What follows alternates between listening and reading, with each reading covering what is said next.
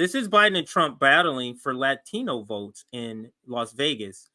And now this would be a possible place I will be moving to. So this could be my RBN Long Beach chapter could actually change to RBN Las Vegas chapter. So this is very curious. And this is a swing state, Nevada, but they're battling for the Latino vote in Nevada. And last poll I checked, Donald Trump is up on Joe Biden by 10 points. It's like 40 to 50 percent. 40% Joe Biden, 50% Donald Trump. But let's listen to this short clip that talks about the battle for the vote. And this is Joe Biden losing part of his coalition is now up for grabs. And the Latino part of that coalition is one of them. North Las Vegas, zip code 89030. According to the census, the most Hispanic place in Nevada. 7 out of 10 people here are Latino. Bienvenidos, bienvenidos. And this is where many spend their weekends. This is Broadacres. It's a huge flea market, swap meet, music venue. It's been here for decades, and it's really kind of the beating heart of the Latino community here in North Las Vegas. Mario Alvarez immigrated from Jalisco, Mexico, more than 30 years ago. There we go. On the weeknights, he stocks supermarket shelves. On the weekends, he sells old video games. The Super Nintendo? Yeah. Alvarez voted for Biden. Now he's flirting with the other side. Everything's too expensive. There's a lot of people who cannot afford food, rent, gas. What do you think about Donald Trump? You know, I think Donald Trump, it can be. You see, and this is very symbolic of what happens when the American taxpayer speaks to the establishment, to the ruling class, and what they respond with. Listen to the guy on the right say what we need and where we're hurting, and you notice how the host completely skips over that shit. Food. So let me make sure I get all of this in here. All of this. For Nintendo? Yeah. Alvarez voted for Biden. Now he's flirting with the other side. Everything's too expensive. There's a lot of people who cannot afford food, rent, gas. What do you think about Donald Trump? There's a lot of people that can't feed themselves or get gas to go to work and or school or anything else. And then you go, what do you think about Donald Trump? That is so symbolic of what happens to the worker when they're asking that. They go, oh, that money's going to Ukraine. What do you mean? No, not to you. A lot of people who cannot afford food, rent, gas. What do you think about Donald Trump? You know, I think Donald Trump, it can be a good president for the country. But there's a lot of stuff he does wrong.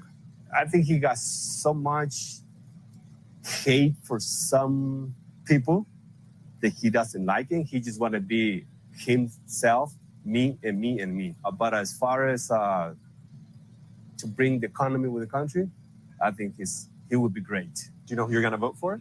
Not yet. Most Latino voters here are either Mexican immigrants or their children and grandchildren. They used to vote solidly Democratic, but that's changing. Trump made gains in 2020 in the 5 most Hispanic voting precincts in Nevada, all in North and East Las Vegas, just like he's making gains nationwide, now virtually tied with Biden among Latinos in our latest poll. Let me take that back there to see a couple of these numbers here. Jeez. Look at that. Top 5 Latin precincts. And look, in all 5, he gained in all 5. Some of them over like 11% in 2 of the districts. 16%. That's insane.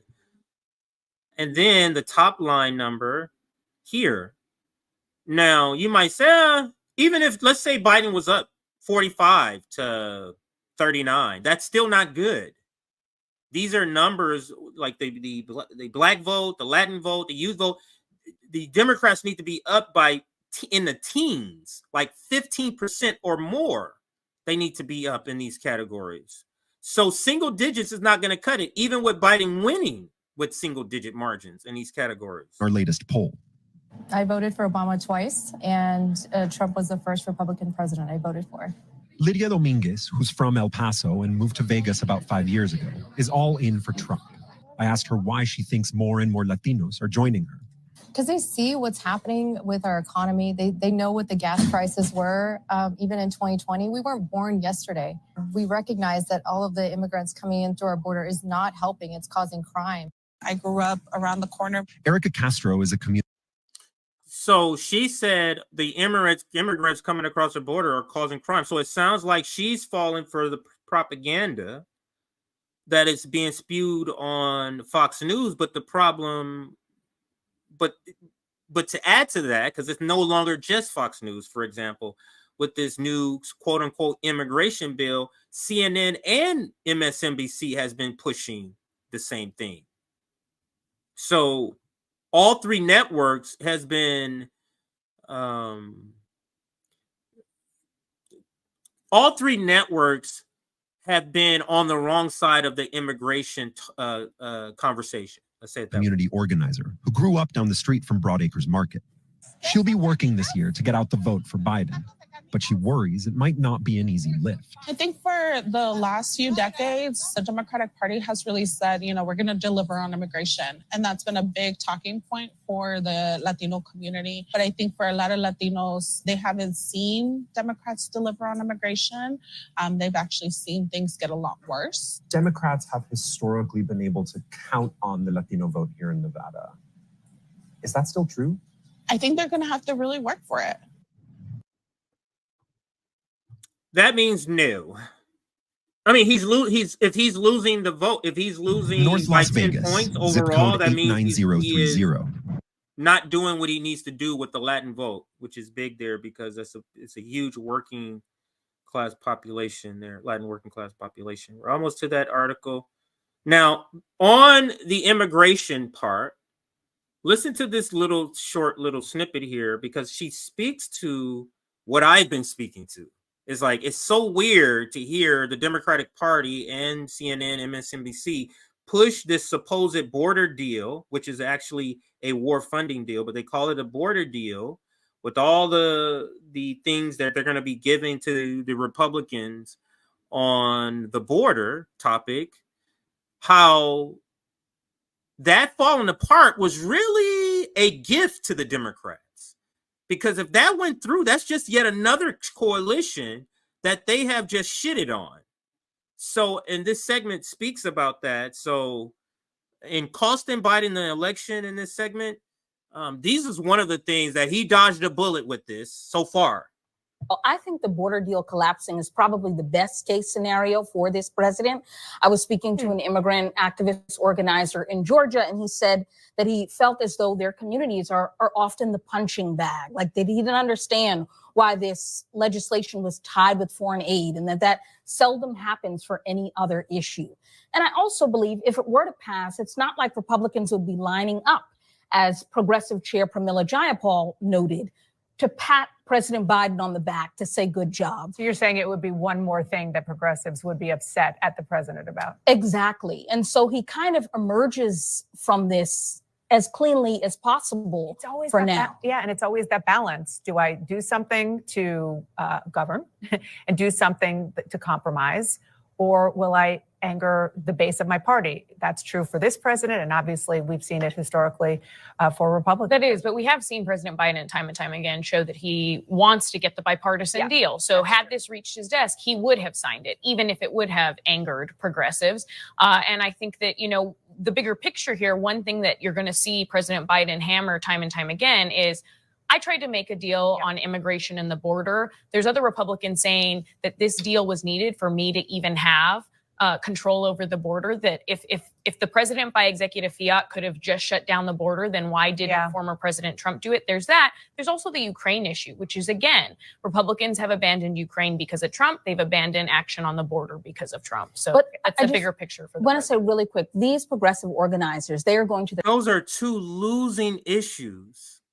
Immigration, you're going to lose your base. And Ukraine, have you seen the polling on Ukraine? The vast majority of people are against that. Voters and saying, we need to vote for these Democrats we don't like as a measure of harm reduction. And if that bill would have passed, that argument would have been a lot harder to make. Really, But they don't have that many options. No. You hear that? That's a great point. Because in the past, you'd be able to say, oh, vote lesser to evil because of harm reduction. You can't make that case to an immigration advocate if you go through with this bill. That's what she just said. That's a great point. I'll let her make it. Let me see where's that. I'll let her make it again. Right here. An action on the border because of Trump. So But it's a bigger picture for I the want to say really quick, these progressive organizers, they are going to their voters and saying, we need to vote for these Democrats we don't like as a measure of harm reduction. And if that bill would have passed, that argument would have been a lot harder to make. Really, But they don't have that many options. No. Nope. Doesn't seem like a lot of people have a lot of options right now. Not really sure why. That's our because it's our democracy, Dana Bash, and you know that. But you're part of the Carl, petty I think the border deal bourgeoisie, and collapsing is the probably the ruling best class case. treats you well, so you're willing to sell out everybody else.